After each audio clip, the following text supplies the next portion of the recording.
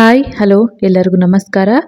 ನಾನು ಈ ದಿನ 2 ವಿಧವಾದಂತಹ ಸ್ವೀಟ್ ರೆಸಿಪೀಸ್ನ ತೋರಿಸ್ಕೊಡ್ತಾ ಇದ್ದೇನೆ. ಒಂದು ತೆಂಗಿನಕಾಯಿನ ಬಳಸ್ಕೊಂಡು ಈ 2 ವಿಧವಾದಂತಹ ಸ್ವೀಟನ್ನು ಮಾಡ್ಕೊಳ್ಬೋದು.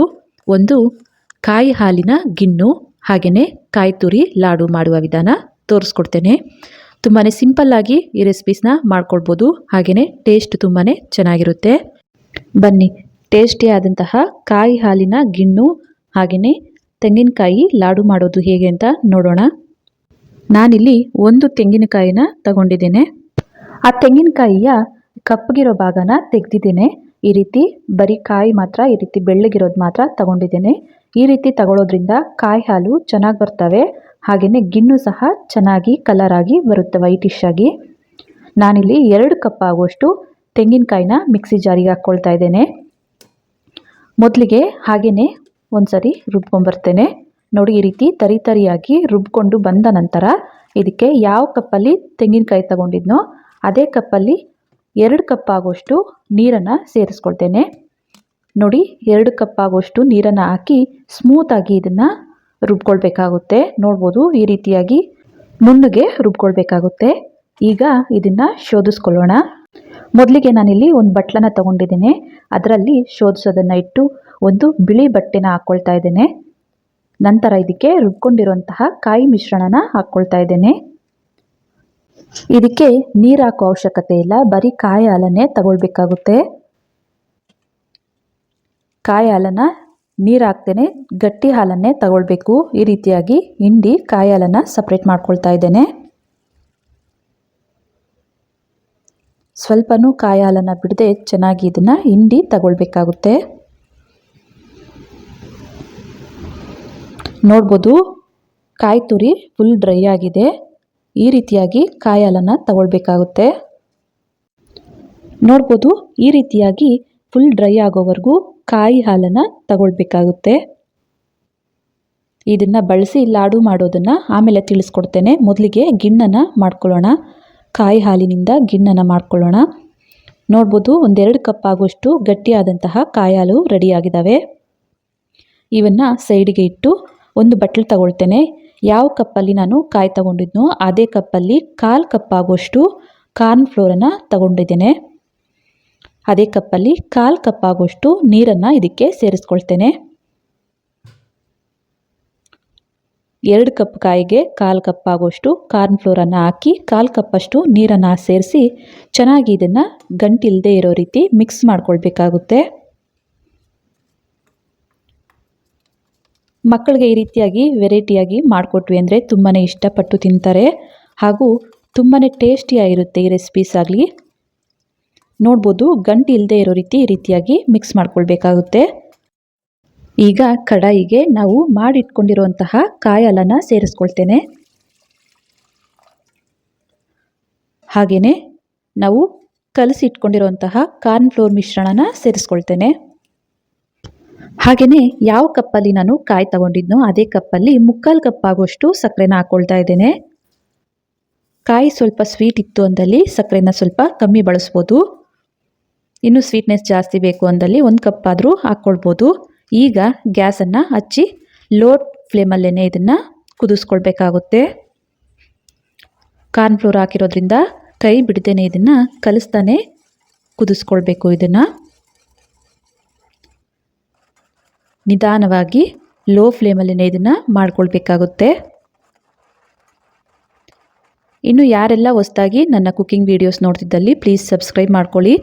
ಬೆಲ್ ಐಕಾನ್ ಮೇಲೆ ಕ್ಲಿಕ್ ಮಾಡಿ ಆಲ್ ಅನ್ನೋ ಆಪ್ಷನ್ನ ಆನ್ ಮಾಡ್ಕೊಳ್ಳಿ. ನಾನು ಯಾವುದೇ ಹೊಸ ವಿಡಿಯೋ ಅಪ್ಲೋಡ್ ಮಾಡಿದ್ರೂ ನಿಮಗೆ ನೋಟಿಫಿಕೇಷನ್ ಬರುತ್ತೆ. ಈ ಕಾಯಿ ಹಾಲು ಮಿಶ್ರಣ ಸ್ವಲ್ಪ ಗಟ್ಟಿ ಆಗ್ತಾ ಬರುತ್ತೆ. ಕುದೀತಾ ಲೋ ಫ್ಲೇಮಲ್ಲೇ ಇದನ್ನು ಕುದಿಸ್ಕೊಳ್ಬೇಕಾಗುತ್ತೆ.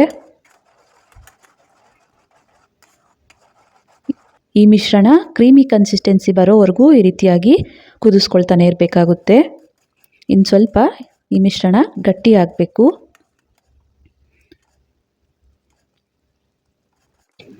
ಇದಕ್ಕೆ ಹೆಚ್ಚಿನ ಫ್ಲೇವರ್ಸ್ ಏನು ಹಾಕ್ದೇನೆ ಬರೀ ಕಾಯನ್ನೇ ಬಳಸ್ಕೊಂಡು ಮಾಡಿರೋದ್ರಿಂದ ತುಂಬಾ ಟೇಸ್ಟಿಯಾಗಿರುತ್ತೆ.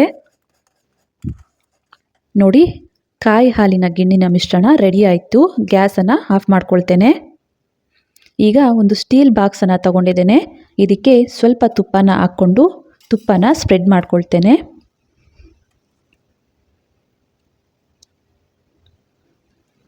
ನಾವು ಮಾಡಿಟ್ಕೊಂಡಿರುವಂತಹ ಕಾಯಿ ಹಾಲಿನ ಗಿಣ್ಣಿನ ಮಿಶ್ರಣ ಇದಕ್ಕೆ ಸೇರಿಸ್ಕೊಳ್ತೇನೆ.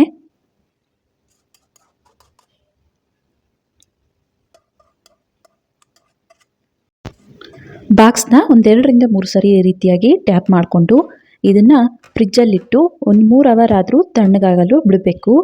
ತಣ್ಣಗಾದಷ್ಟು ಈಸಿಯಾಗಿ ಇದು ಬರುತ್ತೆ, ಹಾಗೆ ಕಟ್ ಮಾಡ್ಕೊಳ್ಳಿಕ್ಕೂ ಈಸಿ ಆಗುತ್ತೆ. ಇದನ್ನು ನಾನಿಲ್ಲಿ 1-2ರಿಂದ 3 ಅವರು ಫ್ರಿಜ್ಜಲ್ಲಿಡ್ತೇನೆ. ನಂತರ ಕಾಯಿ ತುರಿಯಿಂದ ಲಾಡು ಮಾಡೋದು ಹೇಗೆ ಅಂತ ತೋರಿಸ್ಕೊಡ್ತೇನೆ ಬನ್ನಿ. ನಾವು ಈ ರೀತಿಯಾಗಿ ಮಿಕ್ಸಿ ಮಾಡ್ಕೊಂಡಿರುವಂತಹ ಕಾಯಿ ತುರಿನ ಒಂದು ಪ್ಲೇಟಿಗೆ ಹಾಕ್ಕೊಳ್ತೇನೆ. ಈಗ ಯಾವ ಕಪ್ಪಲ್ಲಿ ಕಾಯಿ ತಗೊಂಡಿದ್ನೋ ಅದೇ ಕಪ್ಪಲ್ಲಿ 3/4 ಕಪ್ ಆಗುವಷ್ಟು ಬೆಲ್ಲನ ಹಾಕ್ಕೊಳ್ತಾ ಇದ್ದೇನೆ. ಒಂದು ಬಟ್ಲಿಗೆ ಬೆಲ್ಲನ ಹಾಕಿ ಒಂದು ಅರ್ಧ ಕಪ್ಪಷ್ಟು ನೀರನ್ನು ಹಾಕಿ ಇದನ್ನು ಗ್ಯಾಸ್ ಮೇಲೆ ಇಟ್ಟು ಬೆಲ್ಲ ಕರಗಿದ್ರೆ ಸಾಕು, ಪಾಕ ಮಾಡ್ಕೊಳ್ಳೋ ಅವಶ್ಯಕತೆ ಇಲ್ಲ. ನೋಡ್ಬೋದು ಬೆಲ್ಲ ಕರಗಿದೆ, ಈ ರೀತಿ ಕರಗಿದ್ರೆ ಸಾಕು. ಗ್ಯಾಸನ್ನು ಆಫ್ ಮಾಡ್ಕೊಳ್ತೇನೆ, ಇದನ್ನು ಸೈಡಿಗೆ ಇಡ್ತೇನೆ. ನಂತರ ಗ್ಯಾಸ್ ಮೇಲೆ ಕಡಾಯಿನ ಇಟ್ಟು ಗ್ಯಾಸ್ ಹಚ್ಕೊಳ್ತೇನೆ.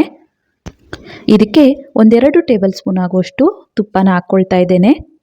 ತುಪ್ಪ ಸ್ವಲ್ಪ ಬಿಸಿಯಾದ ನಂತರ ಕಾಯಿ ತುರಿನ ಹಾಕ್ಕೊಳ್ತಾ ಇದ್ದೇನೆ. ಒಂದು ಸಕ್ಕರೆಯಿಂದ ಸ್ವೀಟ್ ಮಾಡಿದ್ರೆ ಈ ಲಾಡುಗೆ ಬೆಲ್ಲನ ಬಳಸಿ ಮಾಡ್ತಾ ಇದ್ದೇನೆ. ತುಪ್ಪದಲ್ಲಿ ಈ ಕಾಯಿ ತುರಿನ ಚೆನ್ನಾಗಿ ಫ್ರೈ ಮಾಡ್ಕೊಳ್ಬೇಕಾಗುತ್ತೆ. ಲೋ ಫ್ಲೇಮಲ್ಲೇ ಇದನ್ನು ಫ್ರೈ ಮಾಡಬೇಕು. ಈ ತೇವಾಂಶ ಎಲ್ಲ ಹೋಗಿ ಈ ಕಾಯಿ ತುರಿ ಎಲ್ಲ ಡ್ರೈ ಆಗೋವರೆಗೂ ಇದನ್ನು ತುಪ್ಪದಲ್ಲೇ ಫ್ರೈ ಮಾಡ್ಕೊಳ್ಬೇಕಾಗುತ್ತೆ. ಒಂದು ತೆಂಗಿನಕಾಯಿನ ಬಳಸ್ಕೊಂಡು ಈ ರೀತಿಯಾಗಿ ವೆರೈಟಿಯಾಗಿ 2 ರೆಸಿಪೀಸ್ನ ಮಾಡ್ಕೊಳ್ಬೋದು. ಮನೆಗೆ ಸಡನ್ನಾಗಿ ನೆಂಟರು ಬಂದಾಗ ಏನು ಮಾಡಲಿ ಅಂತ ಯೋಚನೆ ಮಾಡ್ದೇನೆ ಈ ರೀತಿಯಾಗಿ ಮಾಡಿಕೊಡಿ, ತುಂಬಾ ಇಷ್ಟಪಟ್ಟು ತಿಂತಾರೆ.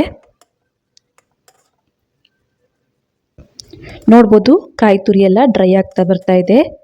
ಈ ರೀತಿಯಾಗಿ ಫುಲ್ ಡ್ರೈ ಆಗಬೇಕು ಇದು. ಅಲ್ಲಿವರೆಗೂ ತುಪ್ಪದಲ್ಲೇ ಲೋ ಫ್ಲೇಮಲ್ಲೇ ಫ್ರೈ ಮಾಡ್ಕೊಳ್ಬೇಕು. ಈ ಕಾಯಿ ಲಾಡುಗೆ ನಾವು ಬೆಲ್ಲ ಬಳಸಿರೋದ್ರಿಂದ ತುಂಬಾ ಟೇಸ್ಟಿಯಾಗಿರುತ್ತೆ. ನಾವು ಸಕ್ಕರೆ ಬಳಸಿ ಬರ್ಫಿ ಟೈಪ್ ಆದರೂ ಇದನ್ನು ಮಾಡ್ಕೊಳ್ಬೋದು. ನೋಡಿ ಈ ರೀತಿಯಾಗಿ ಫುಲ್ ಡ್ರೈ ಆಗೋವರೆಗೂ ಇದನ್ನು ಫ್ರೈ ಮಾಡ್ಕೊಳ್ಬೇಕಾಗುತ್ತೆ. ಈಗ ಇದಕ್ಕೆ ನಾವು ಕರಗಿಸಿಟ್ಟಿರುವಂತಹ ಬೆಲ್ಲದ ನೀರನ್ನು ಹಾಕ್ಕೊಳ್ತಾ ಇದ್ದೇನೆ. ಬೆಲ್ಲದ ನೀರನ್ನು ಹಾಕಿ ಚೆನ್ನಾಗಿ ಇದನ್ನು ಮಿಕ್ಸ್ ಮಾಡಬೇಕಾಗುತ್ತೆ. ಲೋ ಫ್ಲೇಮಲ್ಲೇ ಇದನ್ನು ಫ್ರೈ ಮಾಡ್ಕೊಳ್ಬೇಕು.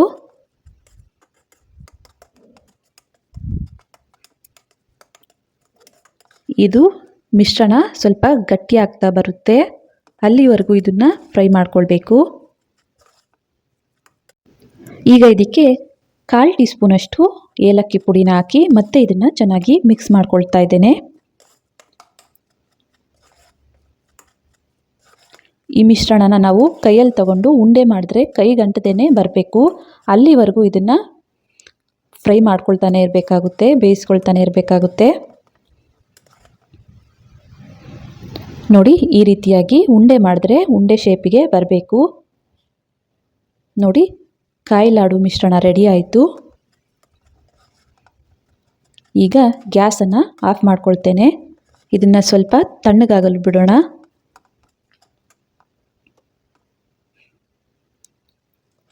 ನೋಡ್ಬೋದು ಕಾಯಿ ಲಾಡು ಮಿಶ್ರಣ ತಣ್ಣಗಾಗಿದೆ. ಈಗ ಇದನ್ನು ನಿಮಗೆ ಯಾವ ಸೈಜಿಗೆ ಬೇಕೋ ಆ ಸೈಜಿಗೆ ಲಾಡುನ ಮಾಡ್ಕೊಳ್ಬೋದು. ನಾವು ಈ ಕಾಯಿ ತುರಿನ ಸ್ವಲ್ಪ ಡ್ರೈ ಮಾಡಿ ಪಲ್ಯಗಳಿಗೆಲ್ಲ ಬಳಸ್ಬೋದು, ಅಥವಾ ಈ ರೀತಿಯಾಗಿ ಸ್ವೀಟ್ ಆದರೂ ಮಾಡ್ಕೊಳ್ಬೋದು. ನೋಡ್ಬೋದು ಲಾಡು ರೆಡಿ ಆಯಿತು. ಇದನ್ನು ಪ್ಲೇಟಿಗೆ ತಗೊಳ್ತೇನೆ. ಅದೇ ರೀತಿಯಾಗಿ ಎಲ್ಲವನ್ನ ಲಾಡು ಮಾಡ್ಕೊಳ್ತೇನೆ. ನೋಡಿ ಲಾಡು ರೆಡಿ ಆಯಿತು. ಇದೇ ರೀತಿಯಾಗಿ ಈ ಮಿಶ್ರಣ ಎಲ್ಲವನ್ನ ಲಾಡು ಮಾಡ್ಕೊಳ್ತೇನೆ.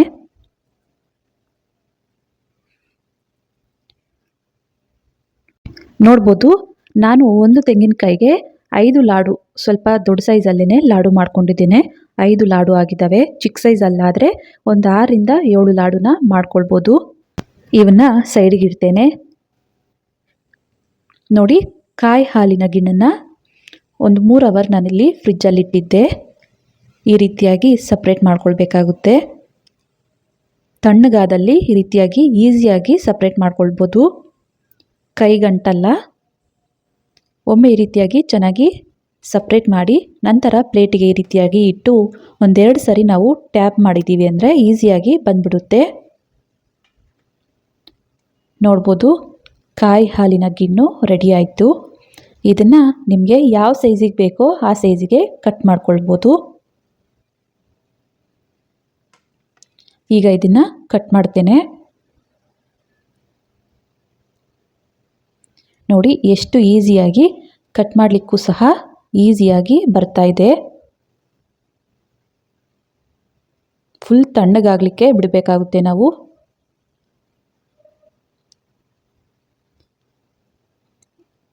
ಇಲ್ಲಿ ನಾನು ಒಂದು ತೋರಿಸ್ತಾ ಇದ್ದೇನೆ, ನೋಡ್ಬೋದು ಎಷ್ಟು ಜಲ್ಲಿಯಾಗಿ ಎಷ್ಟು ಸಾಫ್ಟ್ ಆಗಿದೆ ಅಂತ. ತುಂಬಾ ಚೆನ್ನಾಗಿ ಬಂದಿತ್ತು. ಮಕ್ಕಳಿಗೆ ಕೊಡಬೇಕಾದ್ರೆ ಚೆನ್ನಾಗಿ ಕಾಣಲಿ ಅಂತ, ಹಾಗೆಯೇ ಇಷ್ಟಪಟ್ಟು ತಿನ್ನಲಿ ಅಂತೇಳಿ ನಾನಿಲ್ಲಿ ಪಿಸ್ತಾ ಪುಡಿನ ಈ ರೀತಿಯಾಗಿ ಇಡ್ತಾ ಇದ್ದೇನೆ. ಹಾಗೆಯೇ ಒಂದೊಂದು ಕೇಸರಿ ದಳನ ಇಡ್ತಾ ಇದ್ದೇನೆ. ಮಕ್ಕಳಿಗೆ ನೋಡಲಿಕ್ಕೆ ಚೆನ್ನಾಗಿ ಕಾಣ್ತು ಅಂದರೆ ಇಷ್ಟಪಟ್ಟು ತಿಂತಾರೆ ಅಂತ ಈ ರೀತಿಯಾಗಿ ಮಾಡ್ತೇನೆ. ನೋಡ್ಬೋದು, ಕಾಯಿ ಹಾಲಿನ ಗಿಣ್ಣು ರೆಡಿ ಆಯಿತು, ಹಾಗೆಯೇ ಕಾಯಿ ಲಾಡುನು ರೆಡಿ ಆಯಿತು. ನೋಡಿದ್ರಲ್ಲ, ಒಂದು ತೆಂಗಿನಕಾಯಿನ ಬಳಸ್ಕೊಂಡು 2 ವಿಧವಾದಂತಹ ಸ್ವೀಟ್ ರೆಸಿಪೀಸ್ ಮಾಡುವ ವಿಧಾನ. ತೆಂಗಿನಕಾಯಿ ಇದ್ದಾಗ ಒಮ್ಮೆ ಈ ರೀತಿ ಮಾಡಿ ನೋಡಿ, ಅಥವಾ ಮನೆಗೆ ನೆಂಟರು ಬಂದಾಗ ಈ ರೀತಿ ಮಾಡಿಕೊಡಿ, ತುಂಬಾ ಇಷ್ಟಪಟ್ಟು ತಿಂತಾರೆ. ಈ ರೆಸಿಪಿ ನಿಮಗೆ ಇಷ್ಟ ಆಗಿದೆ ಅಂದ್ಕೊಳ್ತೇನೆ. ಇಷ್ಟ ಆದಲ್ಲಿ ಈ ವಿಡಿಯೋಗೊಂದು ಲೈಕ್ ಮಾಡಿ. ಯಾರೆಲ್ಲ ಸಬ್ಸ್ಕ್ರೈಬ್ ಮಾಡ್ಕೊಳ್ದೆ ವಿಡಿಯೋ ನೋಡ್ತಿದ್ದಲ್ಲಿ ಪ್ಲೀಸ್ ಸಬ್ಸ್ಕ್ರೈಬ್ ಮಾಡ್ಕೊಳ್ಳಿ. ಈ ವಿಡಿಯೋ ಹೇಗನ್ನಿಸ್ತು ಅಂತ ಕಮೆಂಟ್ ಮಾಡಿ. ಹಾಗೆ ಈ ವಿಡಿಯೋ ಇಷ್ಟ ಆದಲ್ಲಿ ನಿಮ್ಮ ಫ್ರೆಂಡ್ಸ್ ಆ್ಯಂಡ್ ಫ್ಯಾಮಿಲಿ ಮೆಂಬರ್ಸ್ಗೆ ಈ ವಿಡಿಯೋನ ಶೇರ್ ಮಾಡಿ. ಧನ್ಯವಾದಗಳು.